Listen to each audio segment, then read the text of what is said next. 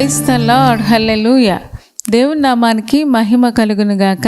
నేటి దేవుని మాట అనే శీర్షిక కోసం వేచి ఉన్న మీ అందరికీ కూడా యేసయ్య శక్తి కలిగిన నామములో మా ప్రేమ వందనాలు తెలియజేస్తూ ఉన్నాం. బాగున్నారా? దేవుని మహా కనికరాన్ని బట్టి, ఆయన కృపను బట్టి ప్రతిరోజు ఈ విధంగా ఒక నూతనమైన దినాన్ని చూసి అంత మాత్రమే కాదు, దేవుని యొక్క వాక్యాన్ని వినడానికి దేవుడెంతో కృప చూపిస్తూ ఉన్నారు. ఆ గొప్ప దేవునికి మహిమ కలుగును గాక. మరి నేటి దేవుని మాట అనే శీర్షికలో దేవుడు మనకి ఇవ్వబోతున్న మాటను ఒక్కసారి మనం చూద్దాం. 28వ అధ్యాయము సామెతల గ్రంథము 4వ వచనం నేను చదువుతూ ఉన్నాను, మీరు కూడా ఒక్కసారి చూడండి. ధర్మశాస్త్రమును త్రోసివేయువారు దుష్టులను పొగడుచుందురు, ధర్మశాస్త్రమును అనుసరించువారు వారితో పోరాడుదురు అని ఆ జ్ఞాని అయిన సొలొమోను చాలా చక్కని మాటలు రాస్తూ ఉన్నాడు. ధర్మశాస్త్రాన్ని త్రోసివేసేవారు అంటే దేవుని ధర్మశాస్త్రాన్ని, దేవుని ఆజ్ఞలను, ఉపదేశాలని ఎవరైతే త్రోసివేస్తారో వాళ్ళందరూ కూడా దుష్టులు చేస్తున్న దుర్మార్గాలన్నీ పొగుడుతూ ఉంటారంట. అదే ధర్మశాస్త్రాన్ని అనుసరించేవారు, దేవుడు చెప్పిన ఆజ్ఞలు అలాగే దేవుడు చెప్పిన ఉపదేశాలు వింటూ దాని ప్రకారం నడవడానికి ఇష్టపడిన వారందరూ కూడా ప్రతిరోజు కూడా వాళ్ళు దుష్టులను పొగడరు కానీ వారితో పోరాడతారు అని చాలా చక్కగా ఆయన చెప్తూ ఉన్నాడు. నిజమే, దేవుని యొక్క ఆజ్ఞలు అనుసరించే వారికి, దేవుని యొక్క మాటల ప్రకారంగా జీవించడానికి ప్రయత్నం చేసేవారు ప్రతిరోజు పోరాటమే. ఆయన ప్రతిరోజు దుష్ట శక్తులతో, దుష్టులతో పోరాడవలసిందే. ఏమండి, ఎందుకు అంటే ఈ పోరాటం మనకే కాదు, యేసు ప్రభు వారు కూడా ఆయన ఉన్నప్పుడు కూడా ఆయన సాతానుతో ఆయన పోరాడినట్లుగా, ఆ చుట్టూ ఉన్న దుష్ట ప్రజలతో ఆయన పోరాడినట్లుగా మనకు తెలుసు. ఈ రోజున విశ్వాసులుగా దేవుణ్ణి అనుసరించేవారమైతే, ధర్మశాస్త్రాన్ని పాటించేవారమైతే దుష్టులను పొగడము కానీ వారితో మనం పోరాడతాము అని జ్ఞాని అయిన సొలొమోను చెప్తూ ఉన్నాడు. కానీ ధర్మశాస్త్రాన్ని త్రోసివేసేవారు అంటే, ధర్మశాస్త్రం అంటే ఇష్టం లేని వాళ్ళు, దేవుని ఆజ్ఞలు, ఉపదేశాలు, తల్లిదండ్రుల ఉపదేశాలు ఇష్టం లేని వాళ్ళు దుష్టులను చూసి పొగుడుతూ ఉంటారంట, స్తుతిస్తూ ఉంటారట. అందుకనే చూద్దామా ఒక్కసారి రోమీలకు రాసిన పత్రిక 1వ అధ్యాయము 32వ వచనం చదువుతూ ఉన్నాను, మీరు కూడా ఒక్కసారి చూడండి. అక్కడ పౌలు గారు ఏం చెబుతారంటే, రోమీలకు రాసిన పత్రిక 1వ అధ్యాయము 32వ వచనంలో ఇలాగూ వ్రాయబడి ఉంది. అదేమిటి అంటే, ఇట్టి కార్యములను అభ్యసించువారు మరణమునకు తగినవారు అను దేవుని న్యాయ విధిని వారు బాగుగా ఎరిగియుండి వాటిని చేయుచున్నారు. ఇది మాత్రమే గాక వాటిని అభ్యసించు వారితో సంతోషముగా సమ్మతించుచున్నారు అని పౌలు గారు చెబుతూ ఉన్నారు. ఈ పైన చాలా లిస్ట్ ఉంది. ఆ లిస్టులో ఉన్న వాళ్ళందరూ కూడా అది మరణానికి తగింది, ఇలా చేస్తే దేవుని కోపం వస్తుంది అని తెలిసి కూడా అలాగే చేస్తున్నారంట. అంత మాత్రమే కాదు, వాటిని అభ్యసించు వారితో వీళ్ళు కూడా జత కడుతున్నారంట. ఒకవేళ మనం చేయకపోయినా దొంగతనం చేసేవాడితో మనం ఫ్రెండ్షిప్ చేస్తే మనము కూడా దొంగతనం చేసినట్టే కదా. ఏమంటే వీళ్ళు అభ్యసించు వారితో సహవాసం చేస్తూ ఉన్నారంట. అందుకనే చాలాసార్లు వాళ్ళకి తెలియకుండానే ఆ కార్యాలు ఇష్టంగా చేస్తారు. ఆ కార్యాలు చేసే వాళ్ళని వాళ్ళు పొగుడుతూ ఉంటారు, స్తుతిస్తూ ఉంటారు. వాళ్ళు చాలా మంచి కార్యాలు చేశారని చాలామంది చెప్పడం కూడా మనం చూస్తూ ఉన్నాం. కానీ దుష్టులకు శిక్షణ ఉంది, ఆ రెండవ మరణమైన నరకములో తప్పకుండా వెళ్ళిపోవాలి అనే విషయం తెలుసు. కానీ చాలామంది అలా చేయడానికి ఇష్టపడతారు. ఎవరు అంటే వాళ్ళు ధర్మశాస్త్రాన్ని త్రోసివేసేవారు, అంటే తల్లిదండ్రుల మాటలు త్రోసివేసేవారు. అంత మాత్రమే కాదు, దేవుని ఉపదేశాలని, దేవుని వాక్యాన్ని త్రోసివేసేవారు. ఏమంటే పెద్దల యొక్క హితబోధను త్రోసివేసేవారు. అలాంటి వారు చాలా జాగ్రత్త అని హెచ్చరిస్తూ ఉన్నాడు. ఎందుకంటే రెండవ మరణమైన నరకములోకి మనం వెళ్ళక ముందే మన జీవితాలను సరిచేసుకుంటే తప్పకుండా యేసు రక్తము ప్రతి పాపమును కడిగి పవిత్రపరచును అని లేఖనాలు తెలియజేస్తున్నాయి. చూద్దామా ఒక్కసారి నిర్గమ కాండము 32వ అధ్యాయము 26, 29, 26 26 నుంచి 29 వచనాలు ఒక్కసారి మనం చూడగలిగితే అక్కడ 32వ అధ్యాయంలో మోషే సీనాయి కొండ మీద దేవుని ఆజ్ఞలు పట్టుకొని ఆయన దిగేటప్పటికి పరిస్థితి ఎలా ఉంది అంటే 32వ అధ్యాయము 26 నుంచి 29 వరకు నేను చదువుతూ ఉన్నాను, మీరు కూడా ఒక్కసారి చూడండి. అందుకు మోషే పాళెం యొక్క ద్వారమున నిలిచి, యెహోవా పక్షమున ఉన్న వారందరూ నా యొద్దకు రండి అనగా లేవీయులందరూ అతని యొద్దకు కూడి వచ్చిరి.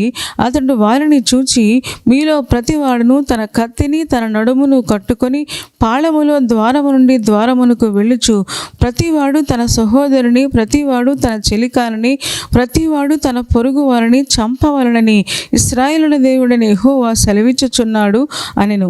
లేవీయులు మోషే మాట చొప్పున చేయగా ఆ దినమున ప్రజలలో ఇంచుమించు 3,000 మంది కూలిరి. ఏలయనగా మోషే వారిని చూచి, నేడు యెహోవా మిమ్మల్ని ఆశీర్వదించినట్లు మీలో ప్రతివాడు తన కుమారుని మీద పడియే గాని తన సహోదరుని మీద పడియే గాని యెహోవాకు మిమ్మల్ని మీరే ప్రతిష్ఠ చేసుకొనుడి అన్నాడంట. మోషే సీనాయి కొండ మీద నుంచి 10 ఆజ్ఞల పలకలు తీసుకొచ్చేటప్పటికి ఆ కొండ క్రింద అందరూ కూడా దూడను చేసుకుని అహరోను నాయకత్వంలో అందరూ ఆడుతున్నారంట, కేకలేస్తున్నారంట, పాటలు పాడుతున్నారంట. ఇవన్నీ చేస్తూ ఉంటే మోషే ప్రాణం విలవిల్లాడిపోయింది. నిజమైన దేవుణ్ణి వదిలేసి వీళ్ళేంటి ఇలాంటి పనులు చేస్తూ ఉన్నారని చెప్పి అహరోనును మందలించినట్టుగా మనకు తెలుసు. ఆ సమయంలో అంటూ ఒక మాట చెప్పాడు. ఏమని చెప్పాడు అంటే, నా పక్షంగా ఎవరుంటున్నారో వాళ్ళు రండి అనగానే లేవీయులందరూ కూడా మోషే పక్షంగా వచ్చారు అంట. మిగతా వాళ్ళెవరూ వచ్చినట్టుగా మనకు కనిపించదు. లేవీయులందరూ మోషే పక్షంగా వస్తే మోషే చెబుతూ ఉన్నాడు, మీరు ప్రతి వాళ్ళు కూడా నడుము కట్టుకోండి, కత్తి తీసుకోండి, ప్రతివాడు తన సహోదరుని అలాగే చెలికాలని ఇంటి ద్వారం దగ్గరికి వెళ్ళి వాళ్ళని చంపండి అని చెప్పంగానే మోషే మాట చొప్పున చేయడానికి ఏ గోత్రము బయటకు రాలేదు కానీ లేవీ గోత్రము మాత్రమే బయటకు వచ్చినట్లుగా మనం చూస్తూ ఉన్నాం. ఇందాక మనం చదువుకున్నాము కదా, ధర్మశాస్త్రాన్ని అనుసరించేవారు, ధర్మశాస్త్రాన్ని ప్రేమించేవారు, దేవుని మాట చొప్పున దైవజనుడు మాట చొప్పున చేయడానికి ఇష్టపడేవారు వారితో పోరాడతారు అని చెప్తూ ఉన్నారు. ఏమంటే ఎవ్వరు కూడా మోషే పక్షంగా రాలేదు కానీ నా పక్షంగా ఎవరున్నారంగానే లేవి గోత్రము అతని పక్షంగా వచ్చినట్లుగా ఆ రోజున ఆ గొప్ప తీర్పు జరిగినట్లుగా మనం చూస్తూ ఉన్నాం. అందుకని మోషే అంటాడు, మిమ్మల్ని మీరు చేసిన పనికి దేవుడు మిమ్మల్ని దీవిస్తాడు అని లేవీయులను దీవించినట్లుగా మనం చూస్తున్నాం. ఈరోజున విశ్వాసులుగా మనం దుష్టత్వాన్ని పొగడకుండా, దుష్టులను పొగడకుండా, ఏమంటే దుష్టులను ఇంకా పొగుడుతూ ఉంటే వాళ్ళు చేసే పని మంచి పని అనుకుంటారు, ఇంకా వాళ్ళు పాడైపోతారు. కాబట్టి ఆ తప్పును తప్పుగా ఖండించగలిగితే చాలామంది మొహమాటం చేత లేకపోతే ఏమైపోతారో అనుకొని ఖండించడానికి ఇష్టపడరు. కానీ మనము తల్లిదండ్రులుగా లేక పెద్దవారముగా పిల్లలు చేసిన ప్రతి తప్పును కూడా మనం ఖండించి వాళ్ళకు బుద్ధి చెప్పాలి. మనం చెప్పకపోతే వారికి ఎవరు చెప్తారు? ఈ రోజున మనం అలా చేయగలిగితే ధర్మశాస్త్రాన్ని అనుసరించేవారు, దేవుని మాటను అనుసరించేవారు, దేవుని ఆజ్ఞలను పాటించేవారు మనం పోరాడతారంట. మనం పోరాడేవారిగా ఉండాలని దేవుడు కోరుకుంటూ ఉన్నాడు. ప్రతిరోజు పోరాటమే, ప్రతిరోజు ఏదో ఒక సమస్యతో పోరాటం, ఏదో ఒక ఇబ్బందితో పోరాటం, ఏదో ఒక అనారోగ్యంతో పోరాటం.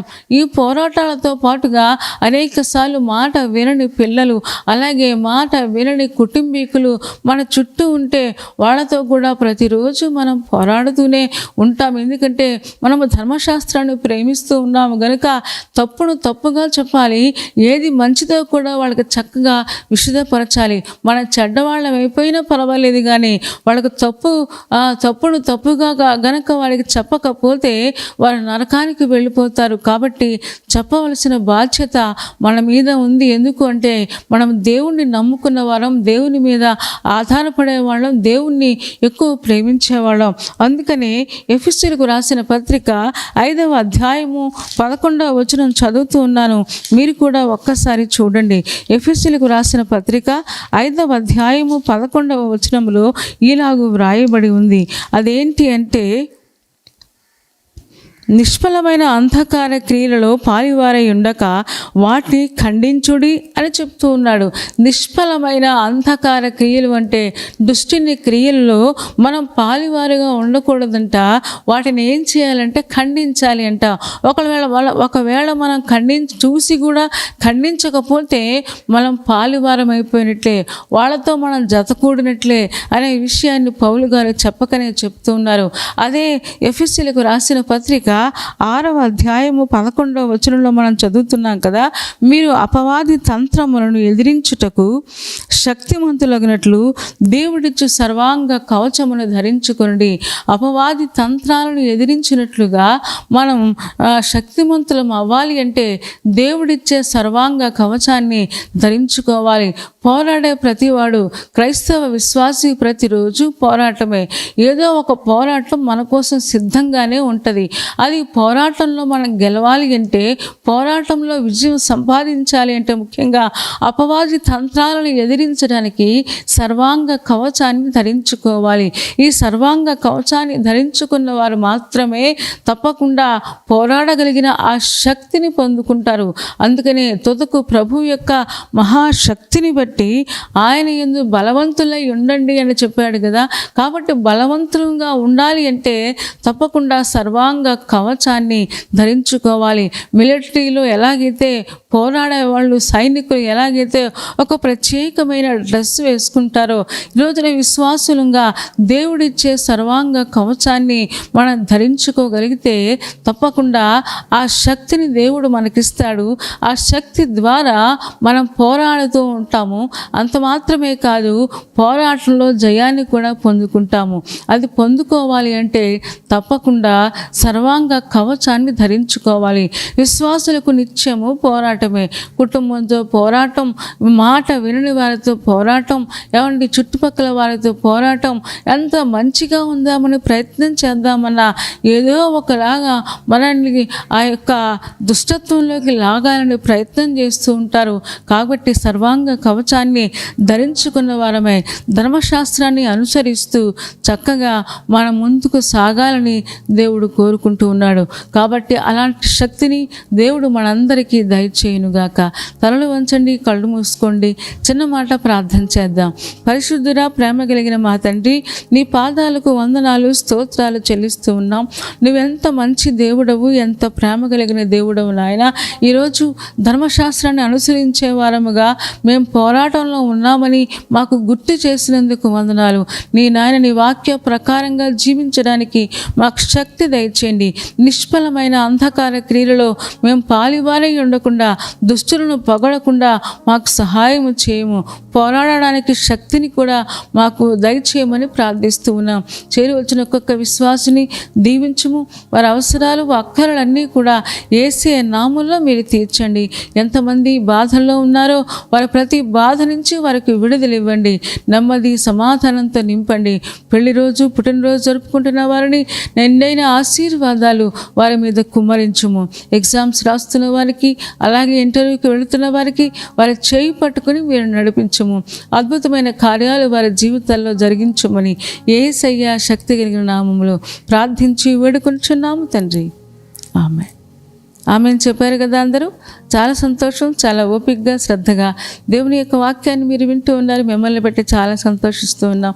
కార్యక్రమం మీకు నచ్చితే లైక్ చేయండి, షేర్ చేయండి.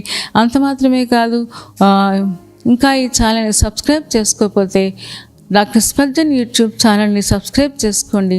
తద్వారా నోటిఫికేషన్స్ అన్నీ మీకు వస్తాయి. మేము ఆ కార్యక్రమాలన్నీ మీరు చూడవచ్చు. సరేనా అండి?